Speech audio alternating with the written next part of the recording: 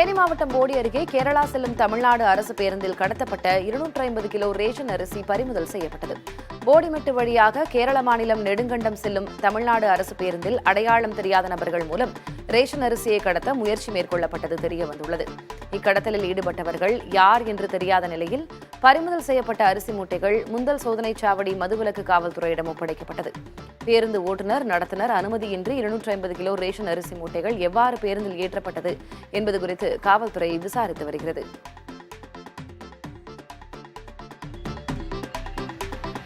நீலகிரி மாவட்டம் உதகை அரசு தாவரவியல் பூங்காவில் உள்ள கழிவறைகளின் மோசமான நிலை குறித்து புதிய தலைமுறையின் செய்தி எதிரொலியால் சுத்தம் செய்யும் பணியில் தூய்மை பணியாளர்கள் ஈடுபட்டுள்ளனர்.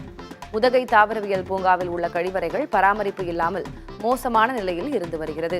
இதன் காரணமாக கடந்த ஆண்டை விட இந்த ஆண்டு சுற்றுலா பயணிகளின் வரத்து குறைந்துள்ளதாக புதிய தலைமுறையில் செய்தி வெளியாகியது. இதனையடுத்து நகராட்சி பணியாளர்கள் கழிவறைகளை தூய்மை செய்யும் பணியில் ஈடுபட்டு வருகின்றனர்.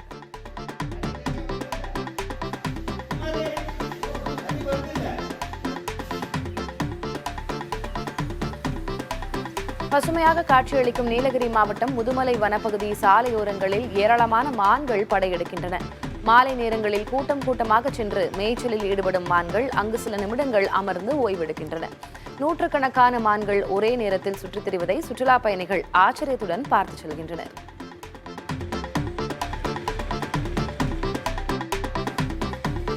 கன்னியாகுமரி மாவட்டம் குறும்பனையில் மீனவர்கள் மீது தாக்குதல் நடத்தப்பட்ட சம்பவம் பரபரப்பை ஏற்படுத்தியுள்ளது. நடுக்கடலில் மீன்பிடித்துக் கொண்டிருந்த 8 பேரை அங்கு ஃபைபர் படகுகளில் வந்த கும்பலைச் சேர்ந்தவர்கள் கடுமையாக தாக்கியதாக கூறப்படுகிறது. படுகாயமடைந்தவர்கள் குளச்சல் மருத்துவமனையில் சேர்க்கப்பட்ட நிலையில் தாக்குதலில் ஈடுபட்டவர்கள் குறித்து போலீசார் விசாரித்து வருகின்றனர்.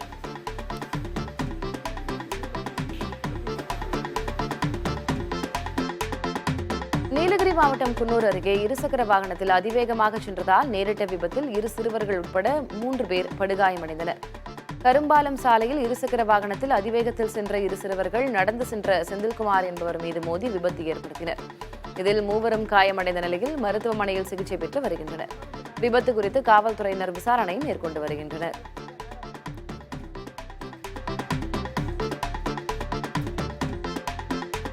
நாகையில் மானாவாரி விவசாயத்திற்காக தொடங்கப்பட்ட மின் இரவை பாசனத்தை திட்டத்தை முழுமையாக செயல்படுத்த விவசாயிகள் கோரிக்கை விடுத்துள்ளனர். தென்னடார் கிராமத்தின் மேட்டு பகுதியில் உள்ள மானாவாரி நிலங்களில் மேற்கொள்ளப்படும் நெல் சாகுபடிக்காக மின் இரவை பாசன திட்டம் உருவாக்கப்பட்டு விவசாய நிலங்கள் பயன்பெற்று வந்தன. தற்போது முறையான பராமரிப்பு இன்றி மின் இரவை பாசனத்தின் 3 மோட்டார்களும் அதன் கட்டடமும் பழுதடைந்துள்ளன. இதனால் நடப்பாண்டு பாசனத்திற்கு தண்ணீர் வழங்கப்படவில்லை என்று கூறப்படுகிறது. இதுகுறித்து உதவி செயற்பொறியாளரிடம் கேட்டபோது மின் மோட்டார்கள் தற்போது சரி செய்யப்பட்டுள்ளதாக தெரிவித்தார்.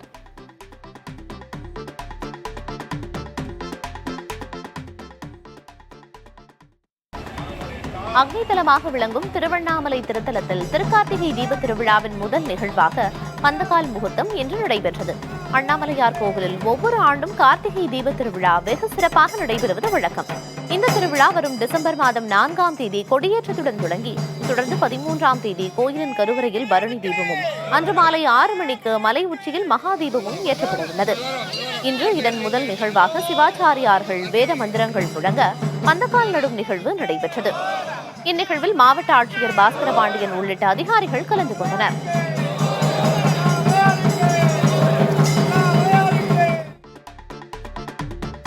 திருப்பத்தூர் மாவட்டம் வாணியம்பாடி அருகே தேசிய நெடுஞ்சாலையில் இளைஞர்களை தாக்கி வழிப்பறி செய்த கும்பலை காவல்துறையினர் தேடி வருகின்றனர். புத்துக்கோயில் பகுதியில் தேசிய நெடுஞ்சாலையின் அணுகுசாலையில் அதே பகுதியைச் சேர்ந்த கல்லூரி மாணவர்கள் நின்று கொண்டிருந்துள்ளனர். அப்போது அவ்வழியே 4 இருசக்கர வாகனங்களில் வந்த 9 பேர் மாணவர்களை தாக்கி வழிப்பறி செய்துள்ளனர். செல்போன், 2 சவரன் நகை, 10,000 ரூபாய் ரொக்கம் ஆகியவற்றை பறித்துக் கொண்டு தப்பியுள்ளனர். அவர்கள் தப்பிச் செல்லும் காட்சிகள் கண்காணிப்பு கேமராவில் பதிவான நிலையில் அதன் அடிப்படையில் வழிப்பறி கும்பலை காவல்துறை தேடி வருகிறது.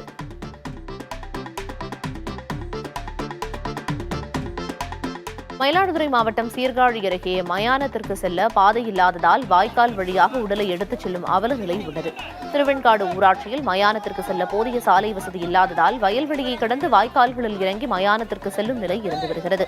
மணிக்கரணை கூழ வாய்க்காலில் பாலம் அமைத்து மயான சாலை அமைத்து தரக்கோரி பல முறை மனு கொடுத்தும் இதுவரை நடவடிக்கை இல்லை என கூறப்படுகிறது. இனி வருவது மழைக்காலம் என்பதால் பாலம் அமைத்து தர திருவெண்காடு கிராம மக்கள் அரசுக்கு கோரிக்கை விடுத்துள்ளனர்.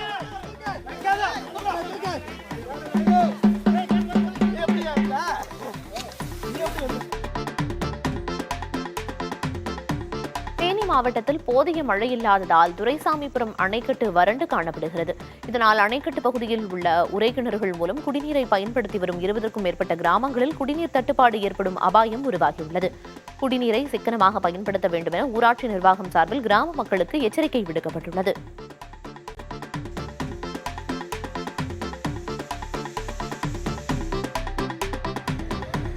சுருக்குமடி வலையை தமிழக அரசு முற்றிலும் தடை செய்ய வேண்டும் என வலியுறுத்தி நாகை, காரைக்கால் மீனவர்கள் காலவரையற்ற வேலை நிறுத்தத்தில் ஈடுபட்டுள்ளனர். அக்கரைப்பேட்டை மீன்பிடி துறைமுகத்தில் நடைபெற்ற ஆலோசனைக் கூட்டத்தில் வேலை நிறுத்தம் தொடர்பாக முடிவு செய்யப்பட்டது. மேலும் செவ்வாய்க்கிழமை மயிலாடுதுறை மாவட்ட மீனவர்களோடு ஆலோசனை நடத்தி போராட்டத்தை தீவிரப்படுத்தவும் கூட்டத்தில் முடிவெடுக்கப்பட்டது.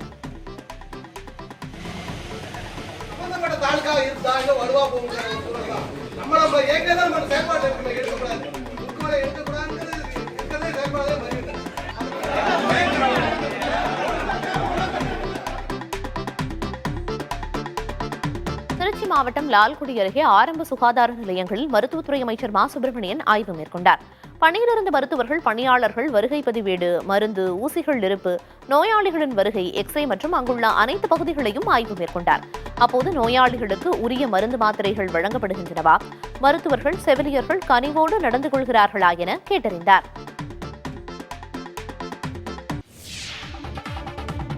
இலங்கைக்கு வளமான எதிர்காலத்தை ஏற்படுத்தி கொடுப்போம் என அந்நாட்டின் புதிய அதிபர் அனுராகுமார திசநாயக்க தெரிவித்துள்ளார். தலைநகர் கொழும்புவில் உள்ள ஜேவிபி கட்சி அலுவலகத்தில் செய்தியாளர்களிடம் பேசிய அவர், நிலையான அரசை நிறுவி நாட்டை மாற்றத்தை நோக்கி கொண்டு செல்ல முடியும் என்று தெரிவித்தார். மக்களை ஒன்றிணைத்துக் கொண்டு இலங்கையை பொருளாதார வல்லமை மிக்க நாடாக கட்டி எழுப்புவேன் என்றும் உறுதி கூறினார். தமக்கு பதவி என்பதை விட பொறுப்புதான் முக்கியம் என தெரிவித்த அனுரா, மற்ற வேட்பாளர்களை ஆதரித்த மக்களையும் மதித்து ஆட்சி புரிவேன் என குறிப்பிட்டார். முன்னதாக இலங்கைக்கான இந்திய தூதர் சந்தோஷ் ஜா அனுராவை நேரில் சந்தித்து வாழ்த்து தெரிவித்தார். அதன் தொடர்ச்சியாக சீன தூதர் ஜென்காங்கும் தனது வாழ்த்துக்களை பகிர்ந்து கொண்டார்.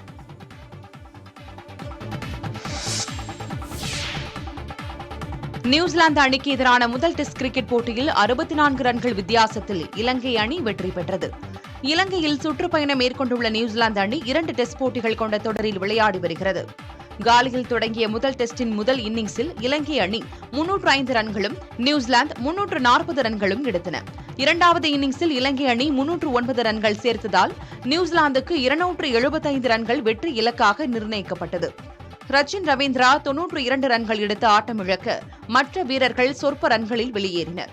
இதனால் நியூசிலாந்து அணி 211 ரன்களுக்கு ஆல் அவுட் ஆனது. இலங்கை அணி தரப்பில் பிரபாத் ஜெயசூர்யா 5 விக்கெட்டுகளை வீழ்த்தினார். இந்த வெற்றியின் மூலமாக இலங்கை அணி 1-0 என்ற கணக்கில் முன்னிலை பெற்றுள்ளது. நாடு முழுவதும் 60 மருத்துவக் கல்லூரிகளுக்கு மத்திய அரசு அனுமதி வழங்கியுள்ளது. இதன் மூலம் மருத்துவ இடங்களின் எண்ணிக்கை அதிகரித்துள்ளது. 2024-25 கல்வியாண்டில் அரசு மற்றும் தனியார் மருத்துவக் கல்லூரிகளின் எண்ணிக்கை 706 766 உயர்ந்துள்ளது. இதனால் MBBS இடங்கள் 6 விழுக்காடு உயர்ந்து 1,15,812 அதிகரித்துள்ளதாக மத்திய சுகாதாரத்துறை அதிகாரிகள் தெரிவித்துள்ளனர். முதுநிலை மருத்துவ படிப்புகளுக்கான இடங்களும் 69,024 73,111 உயர்ந்துள்ளது.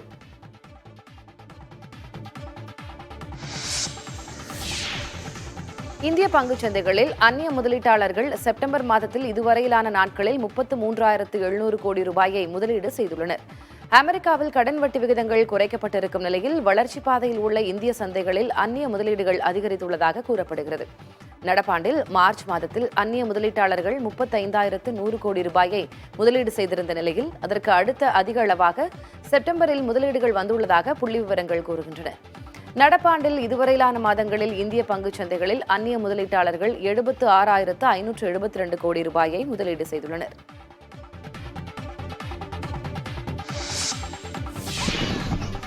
காரைக்கால் கடற்கரையில் காதல் ஜோடிகளிடம் மிரட்டி பணம் பறித்த விவகாரத்தில் கடலோர காவல்படை காவலர் பணியிடை நீக்கம் செய்யப்பட்டார்.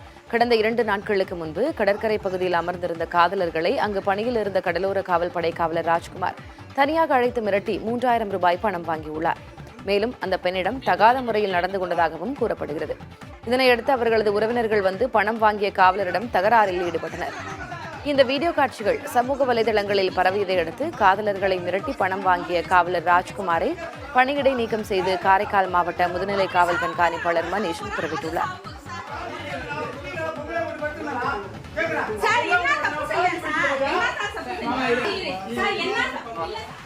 தண்ணி இருக்கும்போது தண்ணி எடுத்துங்க. எவ்வளோ காசு கொடுத்தீங்க?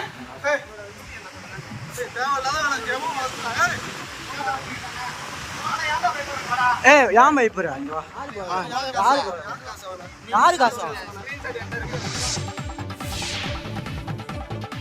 கல்லூரி மாணவியை பாலியல் வன்கொடுமை செய்த வழக்கில் உதவி பேராசிரியர் கைது செய்யப்பட்டார். நாமக்கல் தில்லைநகரில் வசித்து வரும் பிரதாப் அறிஞர் அண்ணா அரசு கலைக்கல்லூரியில் உதவி பேராசிரியராக பணியாற்றி வருகிறார். இதே கல்லூரியில் படித்த மாணவிக்கும் உதவி ஆசிரியருக்கும் பழக்கம் ஏற்பட்டுள்ளது. திருமணம் செய்வதாக ஆசை வார்த்தை கூறி ஏமாற்றியுள்ளார்.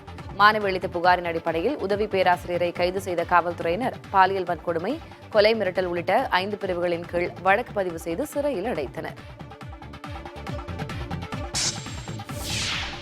கலிபோர்னியா ஆக்லாந்து சர்வதேச திரைப்பட விழாவில் ரசிகர்களின் வேண்டுகோளுக்கு ஏற்ப 2வது முறையாக கோழிப்பண்ணை செல்லதுரை படம் திரையிடப்பட்டதாக இயக்குநர் சீனு ராமசாமி தெரிவித்துள்ளார்.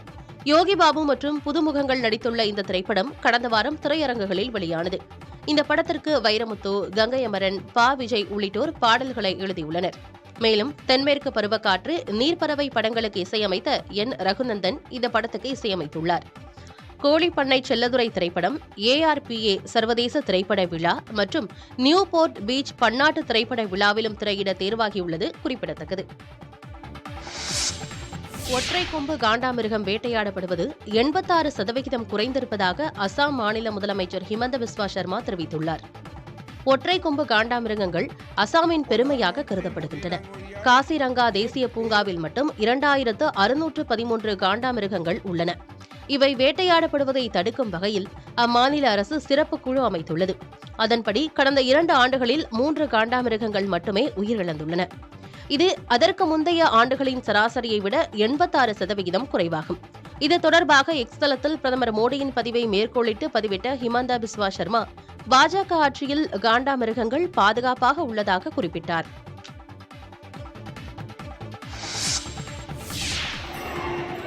கடலூர் மாவட்டம் சிதம்பரம் நடராஜர் கோயிலில் மாமன்னன் ராஜராஜ சோழன் திருமுறை கண்டெடுத்த திருவிழா நடைபெற்றது.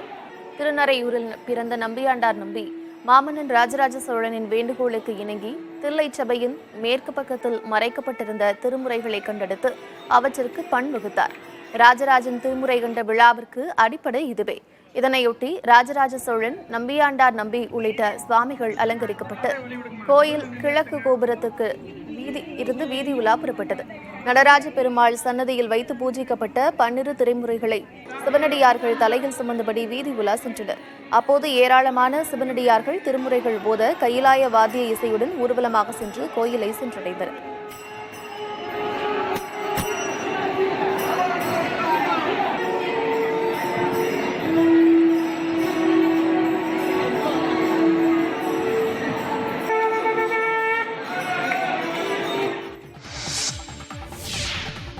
கர்நாடக மாநிலம் பெங்களூருவில் மாநகராட்சி விளையாட்டு மைதானத்தில் இரும்பு கேட் விழுந்ததில் 10 வயது சிறுவன் பரிதாபமாக உயிரிழந்தார். மல்லேஸ்வரத்தைச் சேர்ந்த விஜயகுமார் பிரியா தம்பதியின் மகன் நிரஞ்சன். இவர் நண்பர்களுடன் வீட்டின் அருகே உள்ள விளையாட்டு மைதானத்திற்கு சென்றுள்ளார். அப்போது சிறுவர்கள் விளையாட்டு மைதானத்தின் கேட்டை பிடித்து இழுத்ததில் அந்த கேட் சிறுவன் நிரஞ்சன் மீது விழுந்துள்ளது. இந்த விபத்தில் வாய் மற்றும் தலையில் படுகாயமடைந்த நிலையில் சிறுவன் மருத்துவமனையில் அனுமதிக்கப்பட்டார். இருப்பினும் சிகிச்சை பலனின்றி சிறுவன் உயிரிழந்தார்.